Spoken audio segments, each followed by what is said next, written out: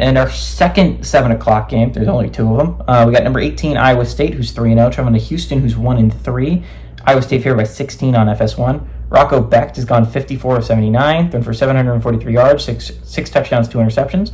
Abu Sama III has had 29 carries for 124 yards. Jalen Noel has had 15 catches for 317 yards and 2 touchdowns. Donovan Smith for the Cougs has gone 62 of 95, thrown for 610 yards, 2 touchdowns, 4 interceptions. Rashawn Sanford II has had 32 carries for 166 yards.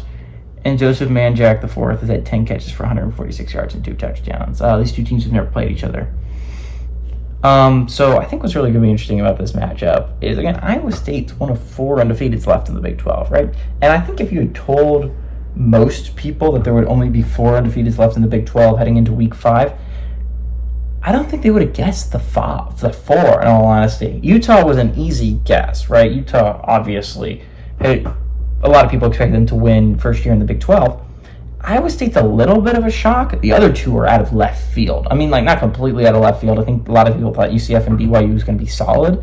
But UCF and BYU, through 4 weeks, have looked like 2 of the better teams in the Big 12, which is a complete, massive shock. A lot of people expected the race to come down between Oklahoma State, Kansas State, and Utah. And honestly, through 4 weeks, I wouldn't put Oklahoma State and Kansas State in the top 4 teams, I think, in the Big 12, which is crazy to say at the start of the year. That being said, Iowa State, I think, is a top 2 team in the Big 12 right now.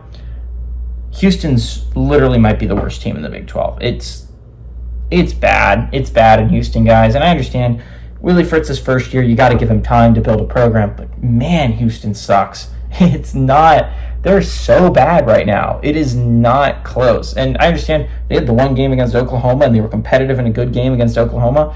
But, damn, they got their asses kicked against Cincinnati. And Cincinnati's not supposed to be one of the better teams in the Big 12. They're supposed to be middling. If you're getting your ass kicked by Cincinnati, I hate to break it to you, Houston, it's going to go rough against Iowa State. It is going to go really bad against Iowa State. Iowa State has been a really solid unit so far. To be fair, they've only really played 1 good football team, that's Iowa, but they found a way to win that football game.